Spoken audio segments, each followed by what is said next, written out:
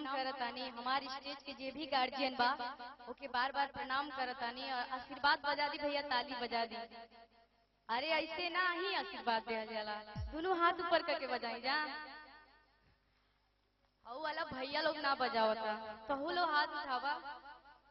अरे भैया यार से भी उठावा, तब तक दोनों हाथ ऊपर उठाई जा। क्या बात बाटे, पीछे वाला भैया लोग नहीं खेलो उठावा था।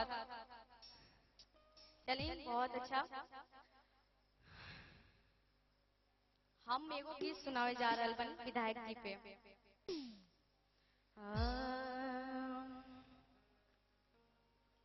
शारदा भवानी रखा सभा बीच पानी, दोनों हाथ जोड़े परी पैया हो मैया।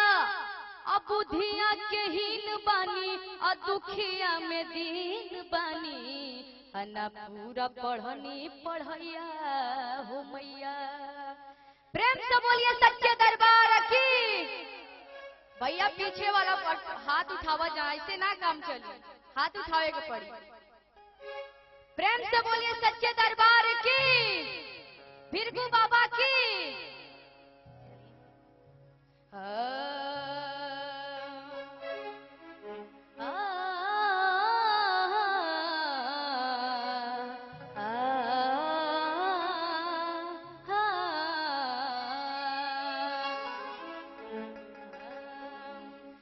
दुआ बिन दुख के,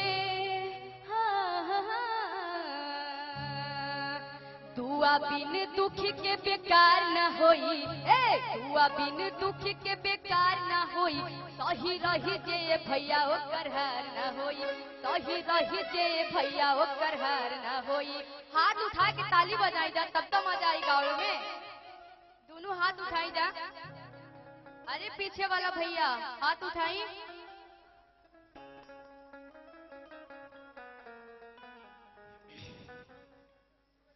दुआ बिन दुख के बेकार न होई, दुआ बिन दुख के बेकार न होई। सही रही जे भैया ओकर हार न होई।